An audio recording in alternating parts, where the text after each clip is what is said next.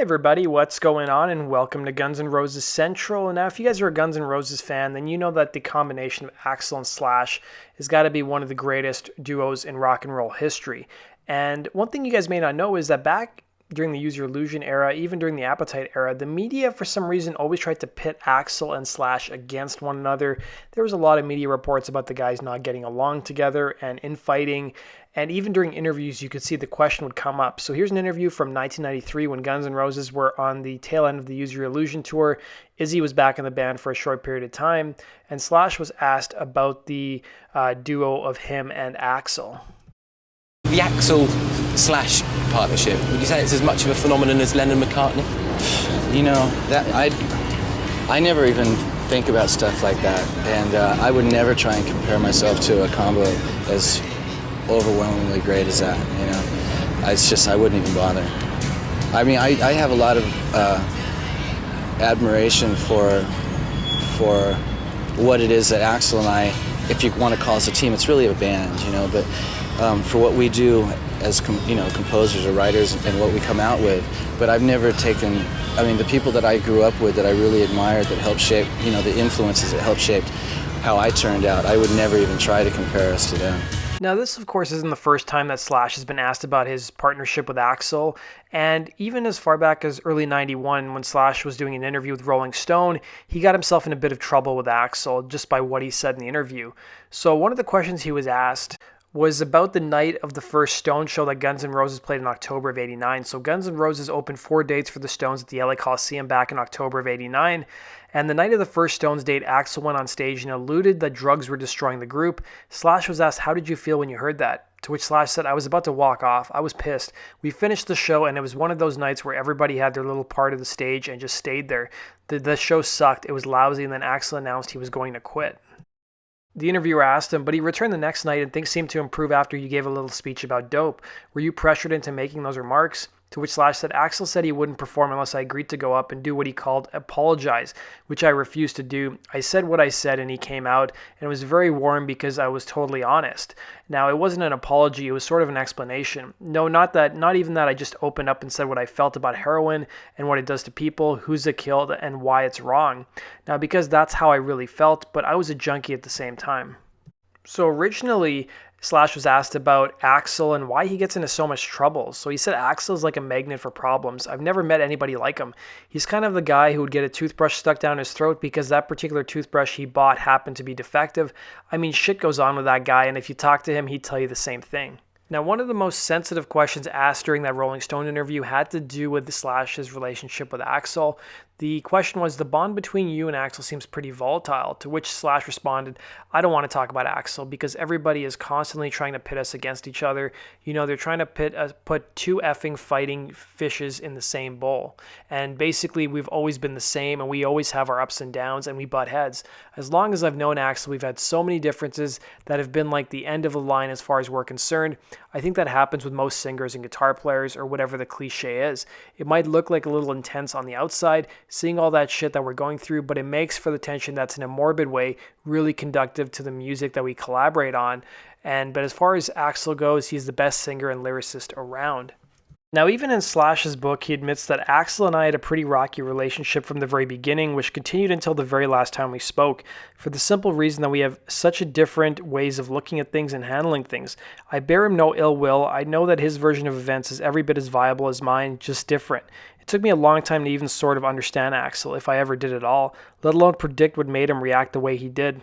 I wanted to know what made him happy, what pissed him off, what inspired him creatively, all the things that are essential knowledge when you work with somebody in close proximity with someone in a creative endeavor. He said early on when we first met, what he did sometimes would take me by surprise.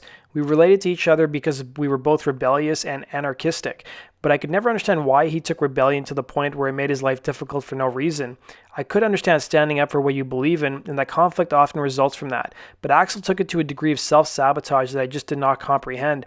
I spent a lot of time trying to sort that out, to try and understand it intellectually in some way, until I realized that there was no rhyme or reason to it whatsoever.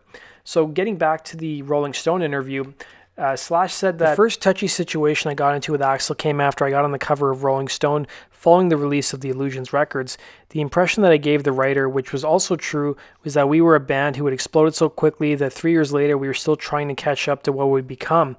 Axel got a hold of the interview and he read it, and from what I understand, he was cool with it, or at least he didn't see anything wrong with it at first, but apparently upon further review, he found something that I had said insulting. At least that's what I think. Actually, I don't know what happened there. The next time I saw Axel was at the Long Beach Arena when our entire stage set up for the Illusions tour was fully assembled, and he was not speaking to me at all. If he'd been deluded as to think that it was just my imagination, he made sure that I knew he was pissed. I'd given him this really cool straitjacket for his birthday not too long before, and he brought it with him that day just so he could make a point of leaving it on my amp when he left. We didn't talk to each other at all over the next few days as the band ran through rehearsals. It was exactly the type of eggshell walking that being Guns N' Roses had become. The vibe was bad. I just tried to do my thing without issue each day. All things considered, I was very concerned because the truth is I'm more sensitive than I seem to be, and I'm worried about what was making Axel so angry because I had no idea what I'd done. He wasn't saying anything, and no one else knew it either. It eventually came to light as much as it could, and it took a discussion to work it out. Now, what's funny is Slash has kind of changed his tune on the interview. So when Guns N' Roses were playing in Paris as part of that pay-per-view special in 1992, Slash sat down with Kurt Loder of MTV and said it was a real honor being on Rolling Stone's front cover, and that was pretty cool. But he never brought up the controversy it caused with Axel. I mean, it was pretty flattering to even, I'm one of the few guitar players that gets the cover. It's always the lead singer, which was cool. And I got to get my snake. And then it's funny, a couple months later, he did an interview following the Montreal riot when they were on tour with Metallica, and he completely changed his tune about the interview. Here's what he had to say.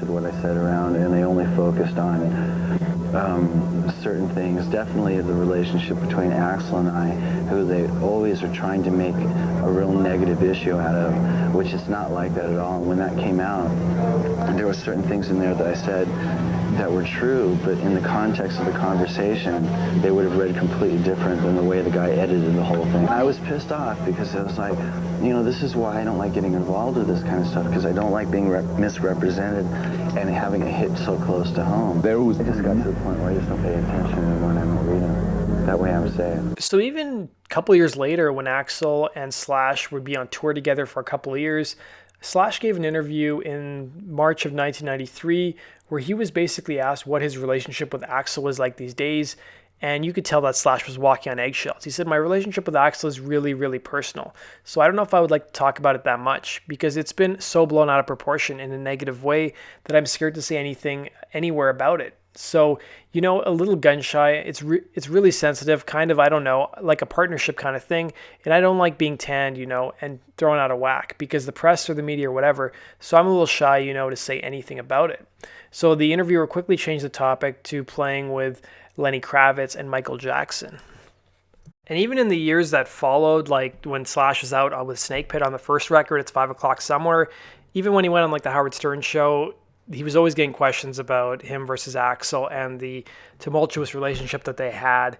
And here's the exchange that happened in 1995 when Slash went on Stern show and was promoting It's 5 O'Clock Somewhere, and the topic of Axel came up. And Axel's clean too? Axel never was. That's one of the huge misconceptions about Guns. He never was strung out. Yeah, ever. But is he crazy or something? Because how they always he's in therapy, right? Yeah, it's like he mental. No, Axel's fine. To know him, like he wouldn't kick my ass or something, would he? It depends on what you said. Really? Because I have a feeling he would kick my ass. He could. You might piss him Slash, off. you're more reasonable. He's flighty. Really? Yeah. He's like you could say stuff but to him. He's a sweetheart. But he can misinterpret something and then kick your ass. But even you guys have had fights, right? We've had some serious fights, and sometimes over just simple misunderstandings. We had one fight on stage one time where he cut his hand or something, went backstage, and I started to cover for it. I said to the crowd, stop throwing this or whatever, and he misunderstood me saying that he thought I said that he went back to do a wardrobe change, came out, and just cursed my ass off with the mic. I was like, what did I do? And I was like, for the whole rest of the night, I was like, what the hell are you talking about? Yeah, right. And so we went back and watched the tape, and he went, oops, sorry. Yeah, he'd be a difficult guy to work with. That's That's a nightmare. Like you get into a band like Guns N' Roses Roses, which has the perfect chemistry, perfect musicianship. It makes perfect songs. I mean, those albums are all good. One of the reasons, and then you got to deal with a difficult guy because of the tension. Is it really? Remember, there's all kinds. I tell you, they do great concerts because of that tension. To make that happen. I like when Axel makes everybody wait all night for the concert, and then he gets there and he starts yelling at everybody. And then he gives a lecture between each song. Yeah, I like that. Yeah, he lectures the audience. Well, that's good, man. It's the only time he gets to vent. Yeah, that's cool. What is it? Well, like you want to hear there's always like a lot of rumors that go on about the band and stuff, and one of the rumors was that when they did Sympathy for the Devil for that the soundtrack to that movie. Yeah. Natural Born Killers. Interview with the Vampire. Okay, so one of them. We were reading in some magazine. It said that Slash was hoping that this would be a great opportunity to get the whole band back together again. Right. And Axel just showed up with all his friends and just like sort of did what he had to do and left, and it sort of bummed everybody out. Well, no, it wasn't exactly like that. We were supposed to. I figured we would all show up, and Duff and Matt and I showed up. So we're sort of like the bricklayers. We got the music down. Then Axel showed up a couple days later with his entourage. Prima donna. Go ahead. Yes. No, just kidding. Don't Come put on. me in that spot. Yeah, I know what you're saying. Close with him. I know. I can't mess it up for you. So hey, I don't blame you. That's a franchise. Go ahead. If you want to bag on him on your own, all right, that's your own thing. I'm just kidding. We don't even know. We don't know him. Yeah, what do we know? If he was here, it'd be a whole different story. Oh yeah, he'd beat my ass. So that does it for today's video, guys. Thanks for watching. Be sure to hit the like button and subscribe. And go check us out at gnrcentral.com for the latest and greatest Guns N' Roses news. Take care. Hey, this is Dizzy Reed from Guns N' Roses, and you're watching GNR Central. Yeah!